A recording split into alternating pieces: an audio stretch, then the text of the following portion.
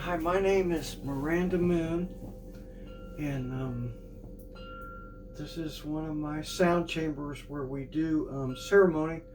Um, that my place now is called the Sanctuary for the Soul. When I originally moved here, it was called House of Ra, and for years I was the carrier of something called the Staff of Ra. And my birth name is Randy Allen, so got a lot of Ra connections, much more than I'll go into right now. And that's my masculine, and then the feminine side of the temple here is called Sanctuary for the Soul. And there's two rooms. There's the Earth Chamber and the Star Chamber. And the Earth Chamber is all red lights and soft and um, indigenous-based energy and instruments. Um, I honor Tatanka and have quite a relationship with that being. And I feel their presence here in the land in which I live in, and in my travels, I've felt them very strongly in dreams and things. Um, so I have some pelts and some, some skulls and things, but the instruments are like drums and didgeridoos and Native American flutes and rattles, and got a new drum that looks like a drum, but it has beads in it. It's like an ocean drum, and so it's really cool. And this is a star chamber, and in here it's more celestial. And I have a large gong out there. It's very low resonance. It's an earth gong. This is a celestial gong. It's a higher frequency range, and has an interesting anointing on it.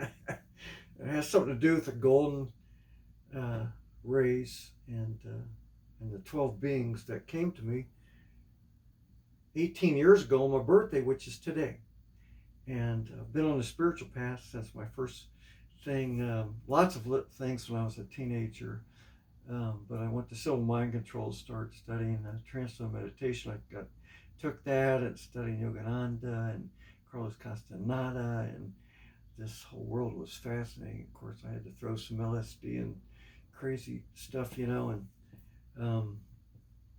but I've been on the path all these years, and at 50, I was literally possessed to start building these stone circles, and two circles, 12 here and 12 here, and well, the first one I built, they were all brought together, and it's a huge archetype in the primordial blueprint that imprints and overlays everything, and it's called the archetype of harmony.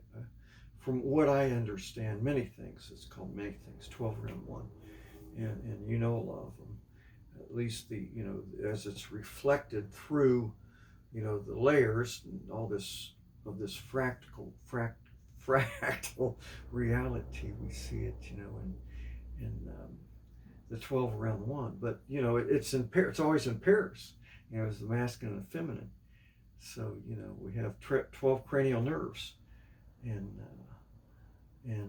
there's a negative and a positive. Hot. That's how energy flows, and so um, um, and we have 12 equal hours on the equinox and at the equator, and we have 12 ribs on each side. And when you go back to Revelations, and it talks. I looked this up. I think it was during COVID, because all this stuff started coming together. Why have I been building all these circles of two circles of 12, and then sometimes I bring them together and I do all kinds of ceremony around it, and found a book called 12 Tribe Nations years later, and this was this archetypal design was used throughout the earth, throughout the ages, where they would build a center, like to build Acropolis, and then 12 villages around it. And that's how we build. It's one of the ways, it's one of the structures, it's one of the blueprints, it's one of the templates that we use to create harmony on earth. So it's important, and I build it down. It's if you can see on both sides of me, I've got different kinds of. I've got geometric artwork all over in this room, and it's circles, 12 around one. Some are crop circles, some are things that I've drawn and geometric figures, but that representation's all over. And in front of me, I don't have the candles left. 12 candles, and then I have 12 crystals there, and it's always around one. And when you bring them together, it's what I was saying in the Bible. It says there is the river in the celestial city. There's a river of crystal flowing through it, and on either side of the river are the trees of life. There's two of them, yeah, and each one has 12 fruit. I only got 10 here, so I have to grow a couple more. So there's 12 fruit on either side. I mean, what's happening in our DNA? 12 strands. A strand is whoop, whoop, whoop, whoop, male and female. Shum Shamna, central channel. Ingala, Pingala. So this 12 round one is a huge archetype, and my sense is that these, and I didn't even hear this till today. This is 18 years later. My first visions happened like this with this 12 around one at my 50th birthday party 18 years ago. So, and I didn't, it's interesting because you're gonna, a lot of you already know this, but you have these periods where all this download is like, yeah, and most of mine came through intense suffering, but most of it did. And like after my Michael died, my mama died, and my Michael died a year later, and that was it. I was broken open. Joanna Macy says, the heart that breaks open can contain the whole universe.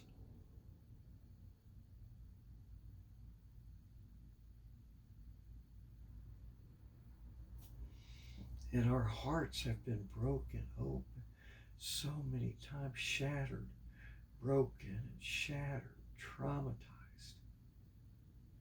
And it's all part of the dance. Because we dance between the light and the dark, the negative and the positive. It's the masculine and feminine. The dance of Nataraj. And we begin to experience the extremes of the polarities. We have states of ecstasy, or I do, and they're very short-lived. I get little glimpses, and sometimes they last for a couple hours, but sometimes just a few moments. Sometimes it's just been like boom.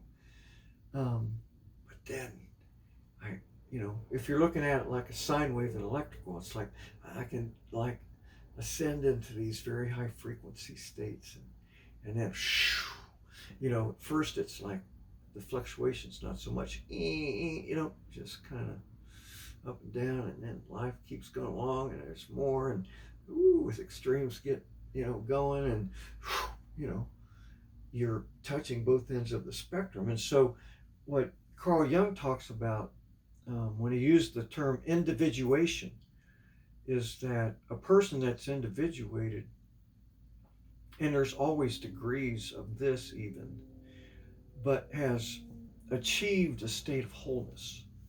And there's levels of that. So, but there's a line you cross where I guess there's a lot of lines you cross, and it's just a process, and it's a refining process, and it's all vibrational. And so, we get these distortions and out of the sine wave. When it comes out of the generating plane, it's nice and smooth, and then it goes up and down nice and smooth, and all of a sudden it goes up and down, and it comes up, woo, big spike. So we get this noise in the electrical industry. We get this noise. It's what it's called in the electrical industry. And so they sell these power conditioning systems that I used to sell to, it's all a big metaphor, my job even was, and to condition the power, because what needs the power the power's coming to the generating plant, and it's coming down, through step down transformers, just like energy comes down, and it has to go optimally. It goes to the computer in a smooth sine waves without all the noise and jag, what they call surges and distortions and things. But because what it does, it starts acting like a Pac-Man and eating away at the integrity of the machine, and the machine doesn't last as long. It doesn't function as correctly. It locks up. It doesn't flow smoothly. You see all the, is the word allegory? I'm not sure. Metaphors, maybe that's a better word. English teacher could tell me. And that's what sound therapy does. And that this is what this 12 around one, 12 here, 12 here, bring them together, 24, it's will of ascension. You can't see it up here, but I've got a picture of it because that wheel is on the Great Pyramid. And I want to tell that whole story sometime of how I built all that. And then I was doing these drawings. They were showing me to do these geometric drawings on graph paper of the first circle that I built. First circle I built at 50, when I was 50 and had that party. It had 12, it was a huge circle. It was all enclosed. They told me to enclose it, so I put a wall around it. It was built outside in Kettering, Ohio. And I put 12 big stumps in there and one in the middle, and then 12 big crystals around there. And I took 300 feet of wire, wired it all up, took it to the middle, drove ground rods, had this same pyramid sitting on the middle of the stump in the middle of all of it, and then had ground rods drove in, and it has crystals in it, and it has a generator crystal in it. It weighs 11.1 pounds. 111 is a big number in my life. And we did the first drum circle. I've never even been at a drum circle. They said, build this thing, told me how to build it, built the thing, and then my Movado watch while we were in there. It was kind of like a party, a gathering, a lot of spiritual people. We call it a gathering of the harmonies. And, it was a good time, broke bread, and had a nice drumming, everything. But the drum part only lasted maybe half hour. But my Movado watch went 3 hours. I showed 3 people, 2 other people, and or maybe 3. I can't remember 2. So it shifted time, and then after that they said, graph paper out and draw down all the sacred geometric shapes, and I'll show those some days. And I started drawing this progression of shapes that was represented in that circle. And all this stuff I'm learning goes way back to the ancient Egyptian mystery schools. So I don't know what I had to do with it, but there's some. And way too many, what my sister called quinky dinks. So this is 18 years after that. It's my birthday, and I've been through a lot of suffering, man, in the last few years. And so many people, it's like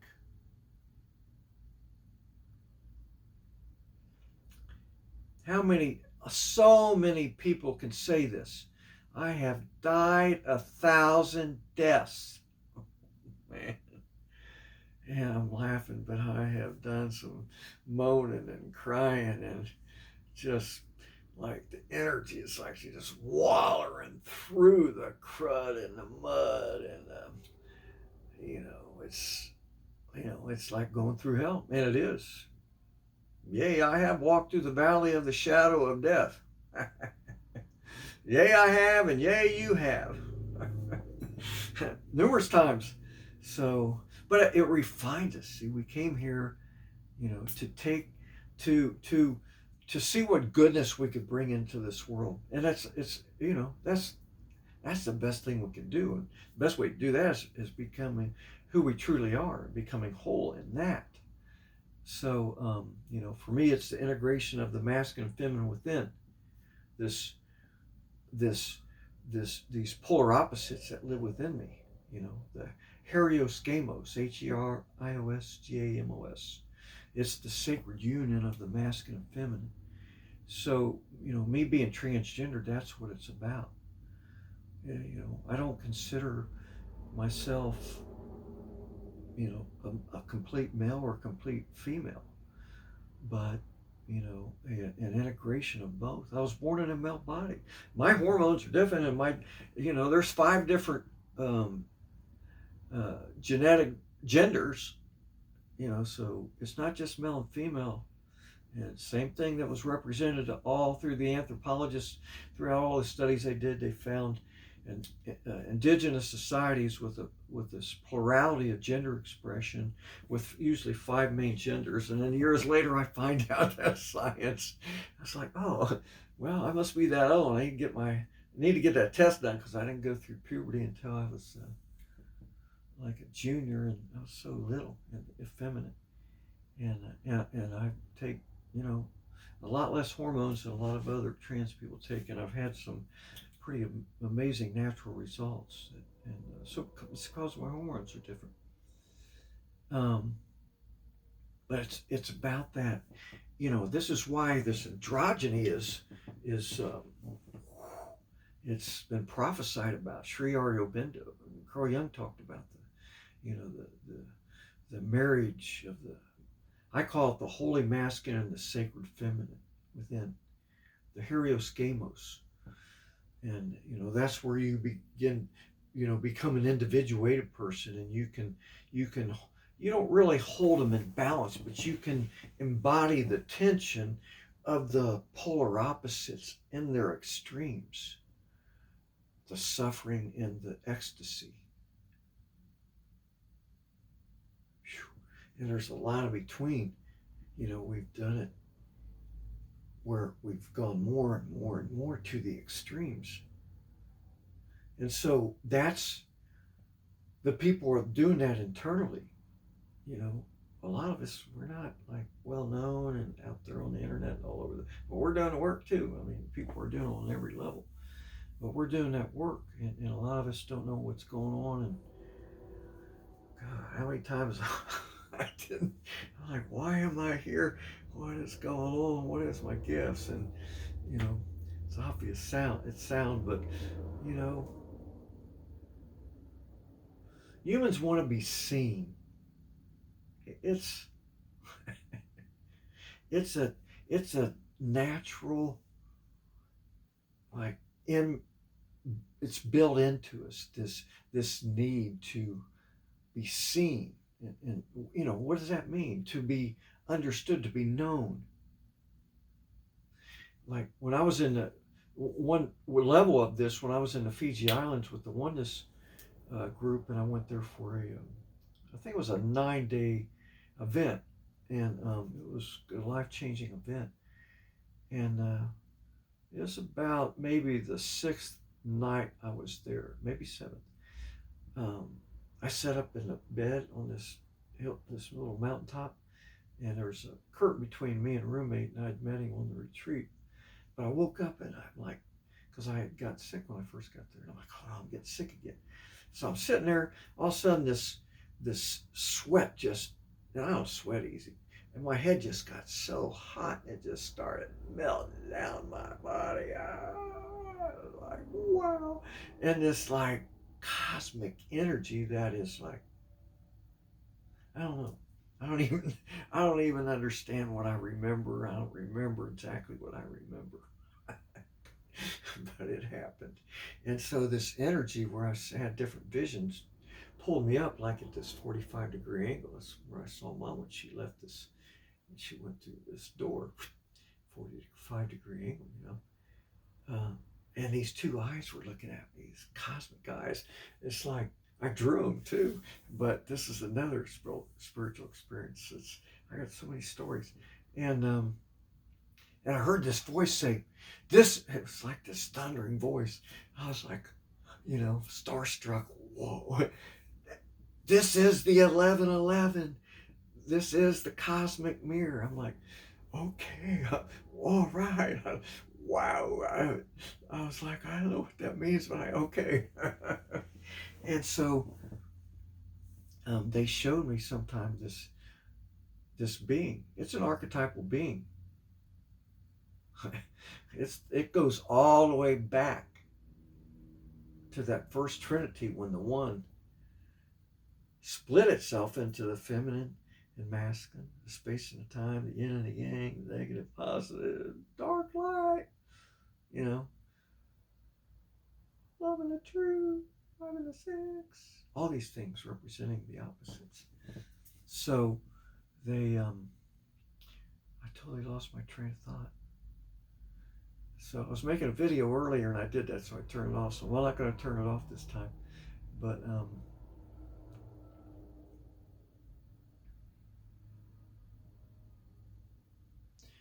we're here.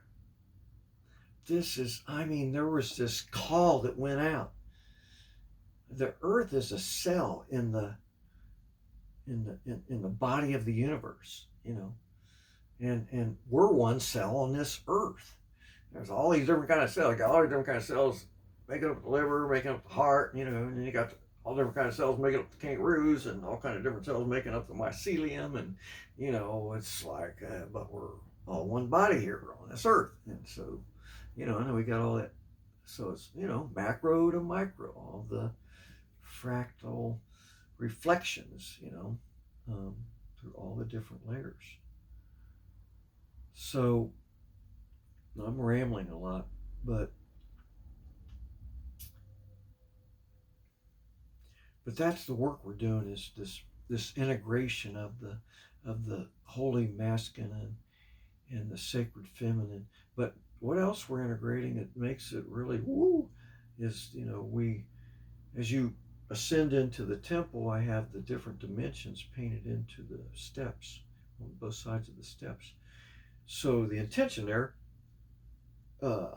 is, I have the red and the blue undulations, masculine, feminine. I have symbols representing the Shiva and the Shakti marrying at the top of the steps, but going up was the dimensions. So the other part of what we're doing that makes this really intense life is we're, some of us are calling in, to integrate those different levels into this one avatar.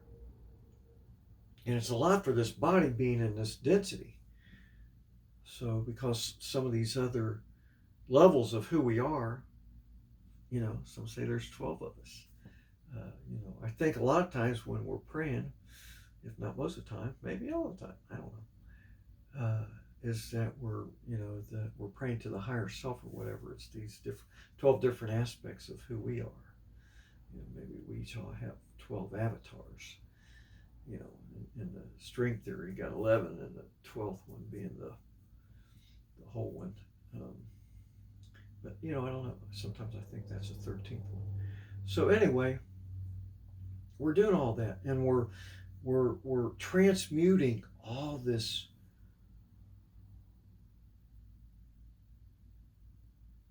karma in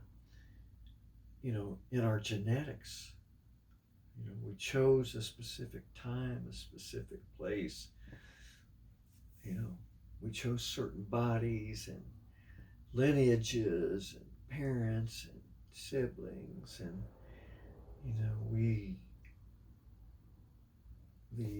there's one of the stories, Aboriginal stories, is the Mongolian, is that the other tree of life in the other realm, this one being a shadow of that, is that we're all birds. We're sitting up in these trees now. We're like hanging out like a tribe, bird tribe.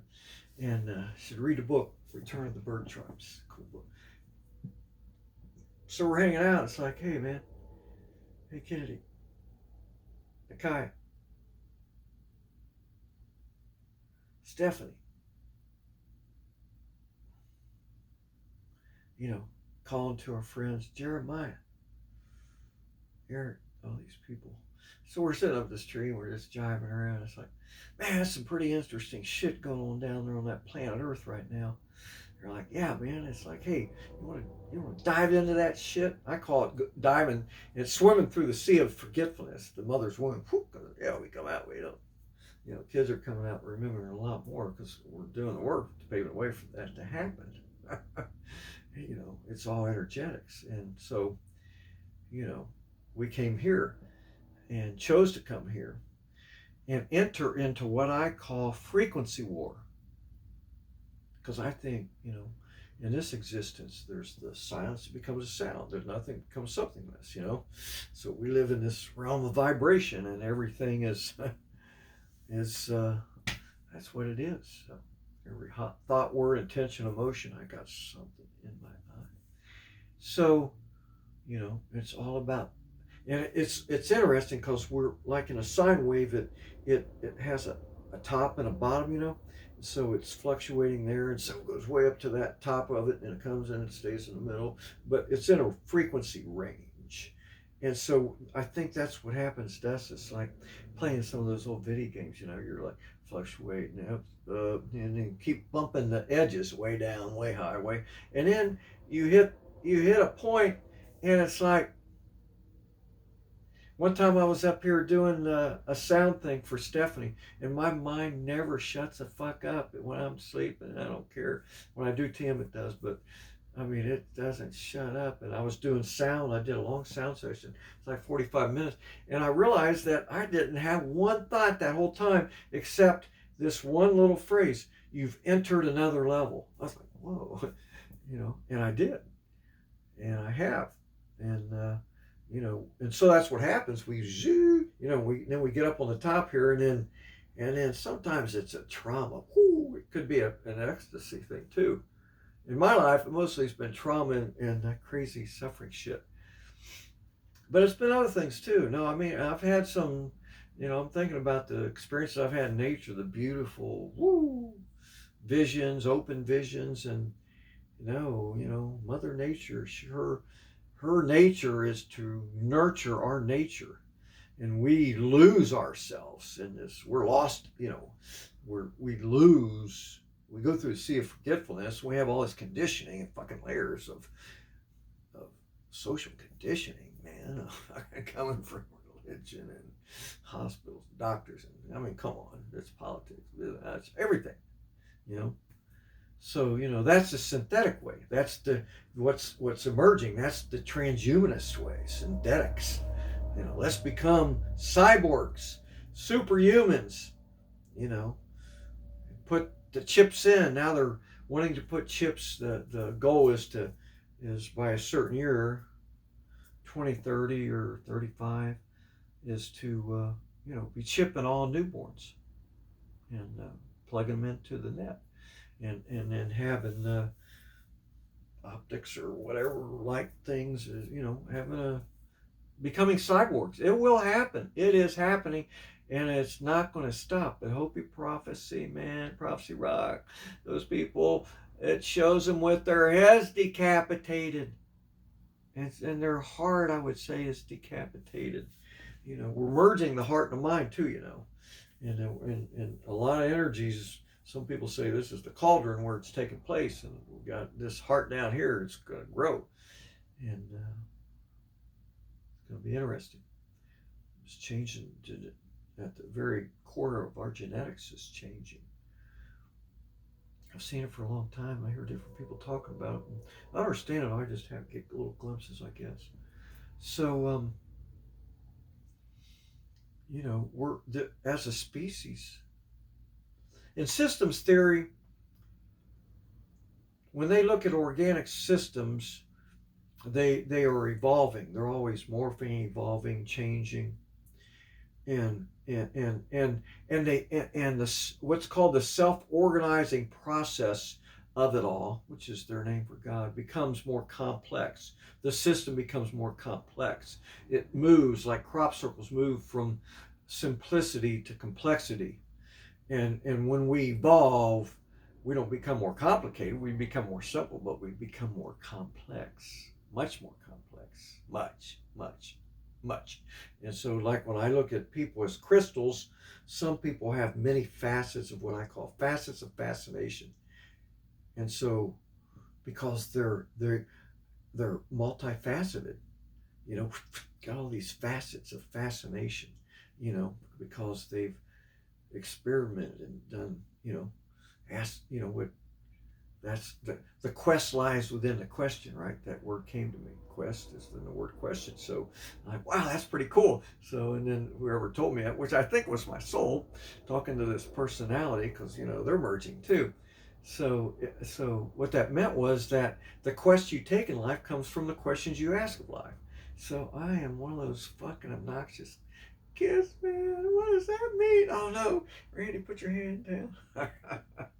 When I was in a Baptist college and I was starting to wake up, I was doing my degree, my master's degree at Baptist University in Dallas, Texas. I drove some of those people bananas. The questions I was asking. But, and I'm still asking a lot, man. We have to, we are being refined, and I'm telling you, my friends know I've been saying this for the last few years, but even now,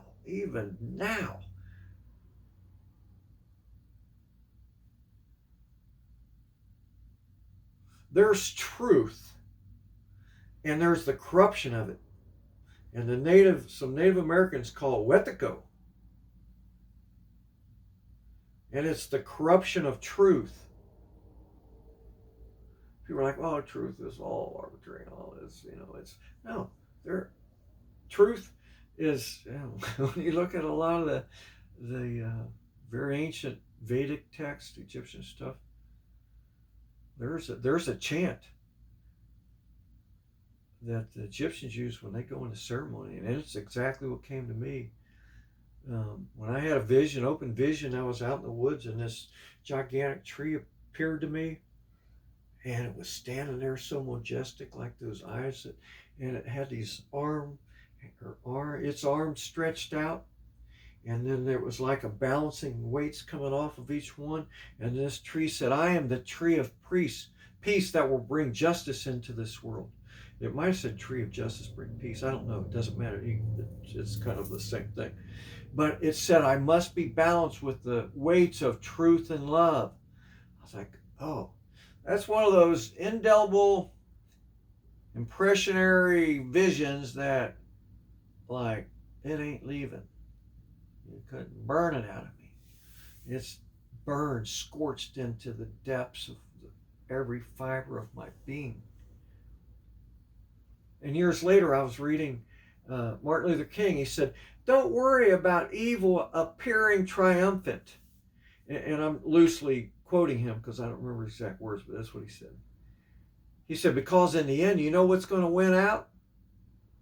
Unconditional love and unarmed truth. And, he hung out with Gandhi, so they might have got this from each other. But Gandhi said on the divine coin, one side's truth, one side's love. And when you read Return of the Bird Tribes in that series of books that that guy did, and he had a lot of similar visions I had, and he saw when the one split into the two, the masculine, feminine, dark and light, blah, blah, blah, he said, yeah, into the truth and love. I'm like, wow. And then I started, every time I read different spiritual texts from different traditions, I would find that. And, I found it in music, and Johnny Depp said it, man, and I'm like, it's got to be the fucking gospel truth. Brother Johnny said it. So he really did. You'll see it. It's everywhere. People are talking about it. So, it's there's not my truth. I'm just tapping into, some of the truth. And it's I learned love from my mom and truth from my dad. But my mom did not ever always want to face the harsh realities of the harshness of the realities of life. But my dad was very harsh, and but he taught me integrity, and literally, did some beating on it and stuff. You won't lie, boy. Whatever, So I learned from mom that. So this is one of my axioms that I live by observing life, having that vision, watching my mom and dad, mom teaching me love, dad teaching me truth, and that being a universal theme, is that this is, for me, this is something that I use as It's the foundation from which I function in this realm, this avatar person, in this dimension. Is that for me, um, love without truth is an illusion, and truth without love is harsh. So truth without love is harsh. That's that's where my dad was. And but love without truth is an illusion, because we have to face the truth of whatever experience we're having. And we have to understand each other clearly enough to find the truth of what we're trying to get to in our interactions. And it's usually a melding of what is going on between us. But there's a truth to understanding where you're coming from. And there, then there's the noise, the distortions of that. So anyway,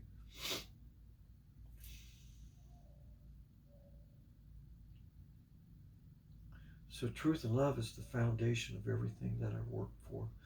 So I'm not going to keep going on and on. I just happy birthday to everyone that has a birthday.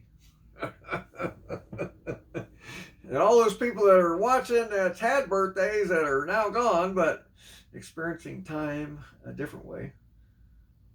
Because it's a sacred day, it's a holy day. Celebrating our entry point into this dimension. The call coming from the Great Mother, and we're the little bird tribes, and we flock down on I could tell. We flock down here, and they're flocking in, all these new ones, man. These little ones, they blow me away. And so we just recognize each other. These kids that you know what I mean? They're like 2 years old. They're like, oh, I recognize you. I recognize you too. And the animals do, and all that kind of reflections going on.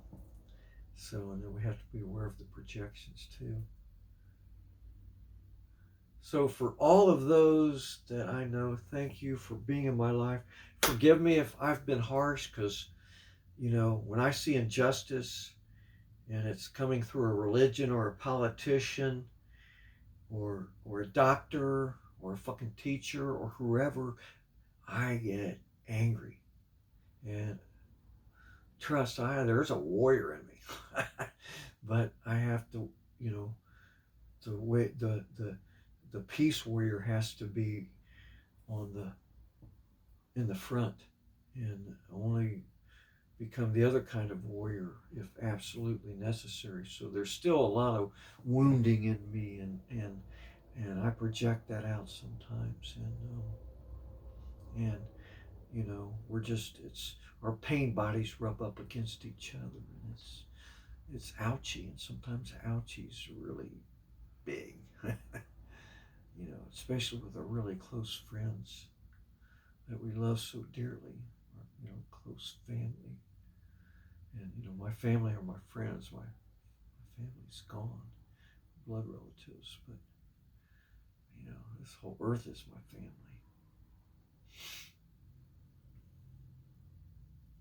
So I'm gonna start doing some more videos and rambling on, but I'll probably start. People like, you write your spiritual memoir, and I got a title for it. It's my grandfather was a Baptist preacher. I was named after him. He had a middle name Guy. I used to have the middle name Guy. I got his Bible. I got his cigar. I got his pipe. His Bible. And I used to go down the mountains when he'd go on the circuit preaching down in the Appalachian hillside. That's where my relatives were. My second or third cousin, man, she taught me how to French kiss. It was fun. I was like 14 up there in the mountains making out with my cousin. So I love my grandpa. He died when I was 16, and I lost a part of my soul then. I had to have one of my mentors, Brother Jade, Brother Elder Jade, did a soul retrieve one. Thank you, Jade. Came as a panther into the underworld, where that part of me had broken off, and brought that facet of myself back. And I've been gathering other facets. It's a process. Some of us have become very fragmented. And you can see that a lot in society so much now, the fragmentation. You know, these people that are walking in the pseudo light, which I have to keep from judging it, but there's a lot, a lot. Um, you will see them over time fragment. So it's the opposite of becoming whole. Is you know, as we grow and we do the inner work and we, you know, tune into the rhythms and harmonies of the natural laws, we become more whole. You know, when we give this gift that was given to us in these wonderful, amazing senses, smell, taste, touch, feel. Oh, so sensual, everything. It's a gift. It's not evil. It's evil to teach that it is. Evil, the opposite of life. That's life, man. This is life. Oh, I love it. I love my body. I love my senses. I love the pleasure. I love the pain. That's kind of tough to love the pain. I'm learning to. So, anyway, lost my train of thought again. I'm trying to say goodbye and I want to keep talking. You know, I'm so hungry. Like, thank you, Jay, for becoming the panther and coming into the underworld and bringing that part of myself back. I was talking about my grandpa.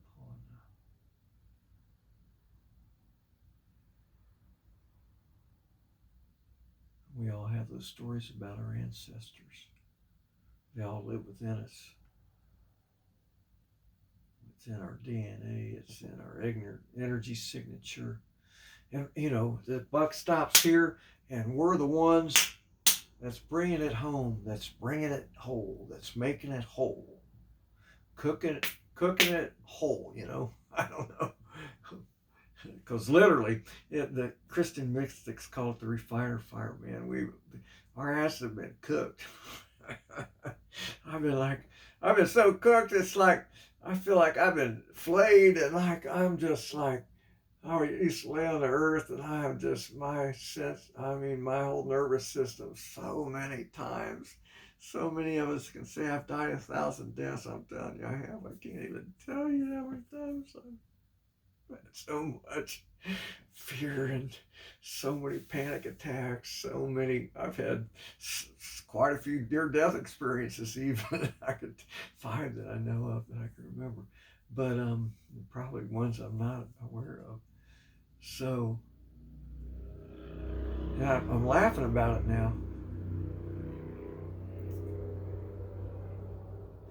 I mean, for me, I feel another level of wholeness within, and yet there's so much more to go.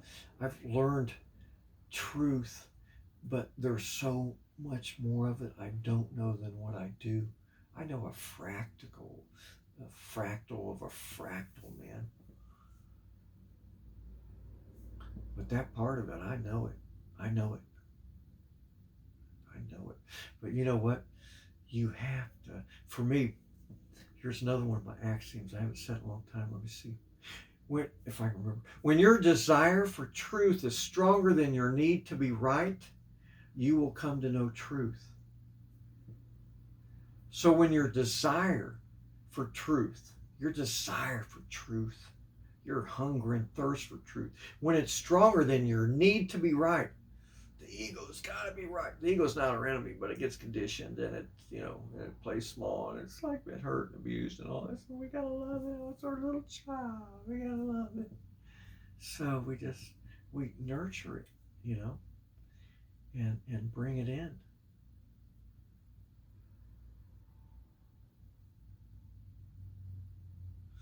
And we have to do it over and over and over and over again. And then we're nurturing our mother's inner child that wasn't fully healed in this life, and our fathers and our grandparents and all the wounds and the traumas that they endured. They say that some scientists are saying that epigenetically, trauma is carried for 20 generations. It carries forward more generations than the gifts that come. Not that we don't still receive the gifts from our ancestors, because we do, but because there's so much energy in trauma. I learned from Brother Jade, how these, the Mongolian tradition, I think that's where he learned that. Forgive me if that's wrong. I don't remember everything accurately, but I do remember this. We used to do these extractions. You taught me how to do that. Believe it or not, it's like I got resonance with you, and it turned all the time to me. And I didn't have to go out and take a bunch of class on how to do it. It started happening. And so you used to do these extractions. You said that these I think it was an extraterrestrial, through this strong emotion, it would be transferred. I call it getting slimed. It's like a dark. And so, I don't know, there was a bunch of different kinds that have, so you get a bunch of them.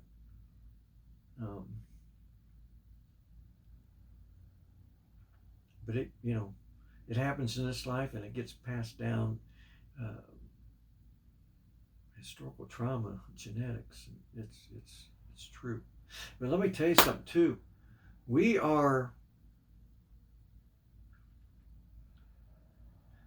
somewhere in the past. I was shown, and now I've learned through science that we have these things called telomeres on the end. Look them up, because get a visual of it, and look at the caps that's on the end of the telomeres.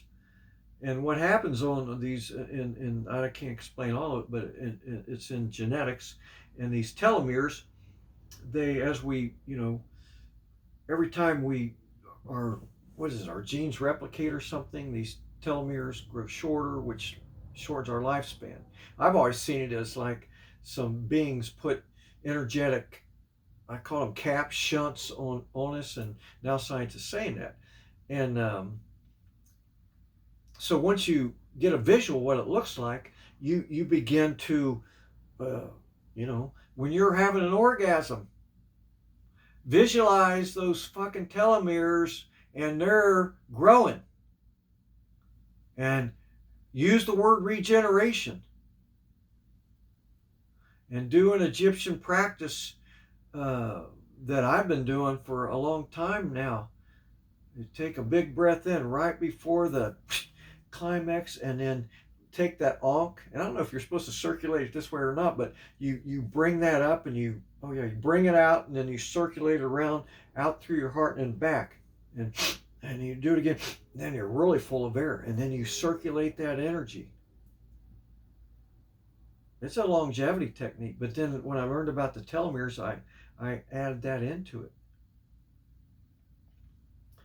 And use those affirmations, and let's start regenerating our cellular bodies, because they're going to do what's happening. All these like miraculous things are going to happen through transhumanism. But let me tell you, the full potential of the human being has not even some of the yogis and shamans. I mean, I've mentioned Jade a few times, but he's the closest one that I've seen the miraculous done through, and I've seen little glimpses of it happen through me, and several others. But my world's small, so there's a lot of people doing that stuff. Not a lot, but there's more and more of us.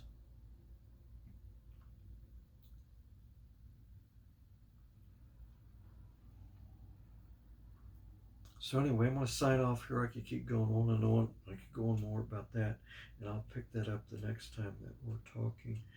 I don't know, people say namaste, ashe, amen. And some people, say it's appropriating. I don't know. I'll leave it with this as a tagline that I use a lot when I write, which I should start writing again, is I stand in awe, A-W, I stand in awe, and I bow in gratitude for this gift called life.